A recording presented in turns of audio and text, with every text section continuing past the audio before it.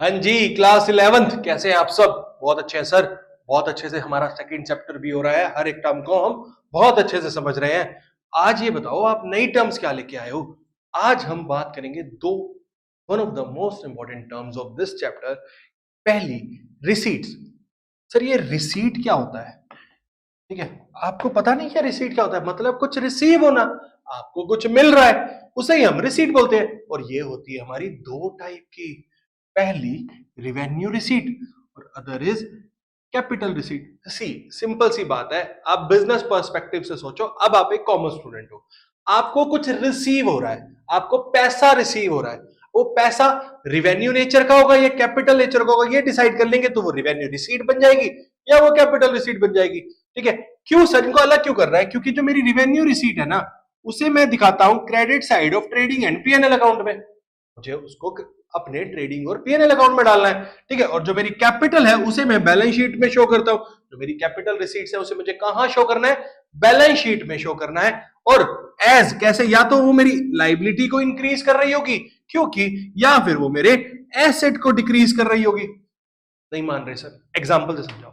बेटा, मैंने गुड्स को बेचा, sale of goods in cash, तो मुझे कैश मिला, गुड्स गए। तो ये जो रिसीट है मेरी, कैश का मेरे पास आना, इज ऑफ रिवेन्यू नेचर क्योंकि मैं उसमें डील कर रहा हूं। तो वो मेरी credit side of trading and PNL में जाएगा। ठीक है, proceeds from sale of goods. ठीक है, ओके, ये हो गया रिवेन्यू रिसीट। ठीक है, अब बात करते हैं कैपिटल रिसीट की। Proceed from sale of fixed asset.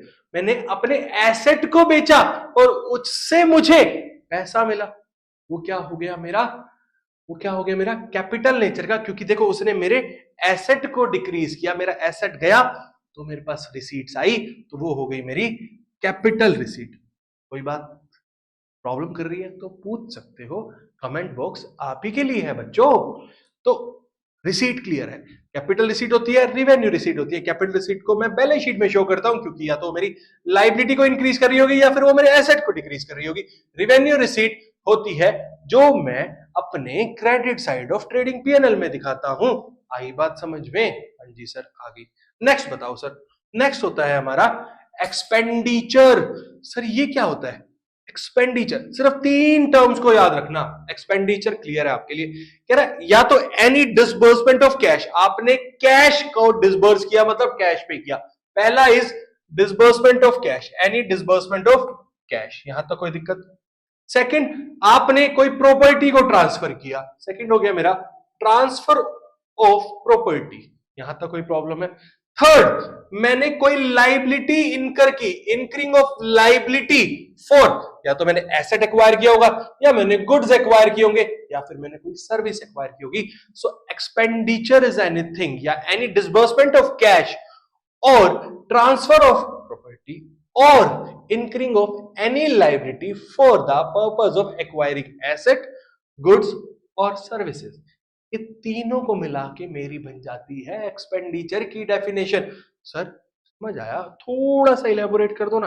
हाँ जी, देखो यार, एक्सपेंडिचर क्या है? एक्सपेंडिचर मतलब मैंने कुछ खर्चा किया। ठीक है, अगर खर्चे करने के लिए मैंने कोई कैश से पेमेंट की या मैंने अपने एसेट को ट्रांसफर कर दिया या फिर मैंने कोई लाइबिलिटी इनकर कर ली। देखो, लाइबिलिटी इनकर करने का मतलब क्या है? मैंने किसी से क्रेडिट पे एसेट ले लिया या गुड्स ले ली या सर्विसेज ले ली, तो वो मेरा वेंडर सप्लायर जो भी होगा वो मेरा क्रेडिटर बन जाएगा ना, जिसको मुझे फ्यूचर में पे करना है। तो मेरी फ्यूचर ऑब्लिगेशन आ गई ना। या तो मैंने कैश में पे कर दिया होगा या फिर मेरा वो बार्टर सिस्टम, मैंने उससे कुछ लिया, अपना एसेट दे दिया, मैंने प्रॉपर्टी ट्रांसफर कर दी, या फिर मैंने अपनी लाइबिलिटी इनकर कर ली है, वो मेरा एक्सपेंडिचर बन जाता है मेरे बच्चों। आई बात समझ में? सर डेफिनेशन याद करते हैं। एनी डिस्बर्समेंट ऑफ कैश और ट्रांसफर ऑफ प्रॉपर्टी और incurring any liability for acquiring of asset, goods and services is called expenditure. Yes sir. Sir इसके कुछ टाइप्स भी होते हैं क्या? हाँ जी बिल्कुल, टाइप्स होते हैं। तीन टाइप का एक्सपेंडिचर होता है मेरा: कैपिटल एक्सपेंडिचर, रिवेन्यू एक्सपेंडिचर और डेफर्ड रिवेन्यू एक्सपेंडिचर। पहली बात याद रखना, अभी हमने कैपिटल रिसीट, रिवेन्यू रिसीट को देखा, तो अब हम पहले बात करते हैं कैपिटल एक्सपेंडिचर की और रिवेन्यू एक्सपेंडिचर की। ठीक है, कह रहा है कैपिटल में सबसे पहले कह रहा है कि अगर एक्सपेंडिचर इनकर किया है, ठीक है, कोई एक्विजिशन के लिए या फिर इंक्रीज करने की वैल्यू ऑफ एसेट। मतलब मैंने कोई ऐसा एक्सपेंडिचर किया जिससे मैंने एसेट को एक्वायर किया या मैंने किसी एसेट की वैल्यू को इंक्रीज किया। आई बात समझे, कह रहा expenditure incurred for acquiring of asset और increase the value of asset. To increase the value of asset वो मेरा क्या है, कैपिटल एक्सपेंडिचर है। क्योंकि अब ये मुझे लॉन्ग टर्म में बेनिफिट देगा तो ये मेरा एसेट साइड चला जाता है। Capital expenditure is my asset. मैंने कोई एसेट एक्वायर किया या मैंने कोई मेजर रिपेयर कराया किसी एसेट में जिसने मेरे एसेट की लाइफ को इंक्रीज कर दिया। आई बात समझ में। एक बात बता देता हूं, ये की पॉइंट है, जो मेरे कैपिटल एक्सपेंडिचर होते हैं ना, ये मेरी अर्निंग कैपेसिटी को भी इंक्रीज करते हैं। अर्निंग कैपेसिटी इंक्रीज करते हैं, यहां तक बात समझ लेना। मेरी अर्निंग कैपेसिटी को इंक्रीज करने वाले एक्सपेंडिचर को भी मैं कैपिटल एक्सपेंडिचर बोलता हूं।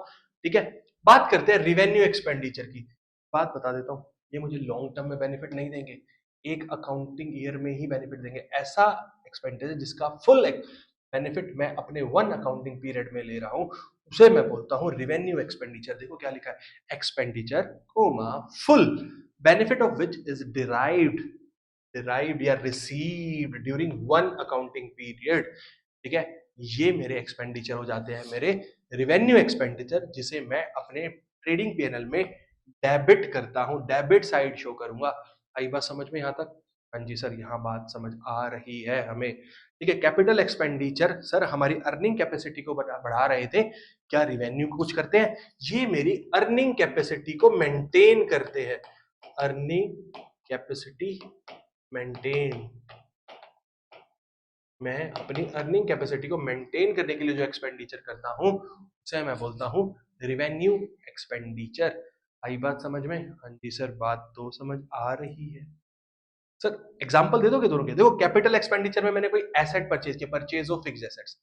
रिवेन्यू एक्सपेंडिचर में मैंने सैलरी पे की, ठीक है, या परचेज ऑफ गुड्स की बात कर रहा हूं मैं, तो इन्हें मैं ट्रेडिंग पैनल में डेबिट करता हूं।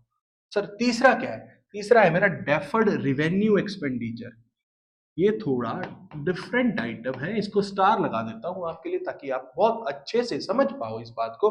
देखो, डेफर्ड रिवेन्यू एक्सपेंडिचर, इसका मतलब ये रिवेन्यू नेचर है। हाँ जी बिल्कुल, कह रहा certain expenditure which are of revenue in nature. इनका नेचर क्या है? Revenue. But word sir defer, इसका मतलब मैं इनके बेनिफिट को अगर डेफर कर रहा हूं तो इसका मतलब है मैं इनके फ्यूचर बेनिफिट की बात कर रहा हूं, मतलब जिसका बेनिफिट मैं ओवर नंबर ऑफ ईयर्स ले रहा हूं, डिराइव्ड। ठीक है, ओवर नंबर ऑफ ईयर्स, उसे बोलता हूं मैं डेफर्ड रिवेन्यू एक्सपेंडिचर। जैसे मैं एग्जांपल लेता हूं एडवर्टीजमेंट एक्सपेंडिचर का, मैंने एक एडवर्टीजमेंट का मेजर एक्सपेंस किया, लाइक एग्जांपल लेते हैं 5 लाख रुपीस का। वो एडवर्टीजमेंट इस साल नहीं, मुझे आने वाले सालों में भी बेनिफिट देगी। मान लो मेरे को 4 इयर्स का बेनिफिट मिल रहा है, तो मैं क्या करता हूं, 1 ईयर का यानी 5 लाख डिवाइडेड बाय 4, 1,25,000 इस साल के ट्रेडिंग पीएनएल में डेबिट करूंगा। रेस्ट 3,75,000 मैं अपना डेफर्ड रेवेन्यू एक्सपेंडिचर अपने एसेट साइड दिखा दूंगा कि मुझे आने वाले सालों में जो बेनिफिट दे रहा है, और ओवर द ईयर जो 3 साल बच जाएंगे उसमें मैं उस 375 को 1,25,000 125 125 करके राइट ऑफ करता रहूंगा अपने पीएनएल में। पीएनएल में राइट ऑफ करने का मतलब डेबिट करना। आई बात समझ में? तो तीनों एक्सपेंडिचर हमने समझे, पहला मेरा कैपिटल एक्सपेंडिचर, दूसरा मेरा रिवेन्यू एक्सपेंडिचर एंड तीसरा मेरा deferred revenue expenditure. Capital expenditure मेरी अर्निंग कैपेसिटी को इंक्रीज करते हैं, रिवेन्यू एक्सपेंडिचर मेरी अर्निंग कैपेसिटी को मेंटेन करते हैं, और डेफर्ड रिवेन्यू एक्सपेंडिचर वो एक्सपेंडिचर हैं जो रिवेन्यू नेचर के तो है बट जिनका बेनिफिट मैं over the period of time देता हूं। आई बात समझ में? हाँ जी सर, आ गई। तो रिसीट्स एंड एक्सपेंडिचर मेरे को लगता है आपको क्लियर होंगे, चेक करो फिर अपनी।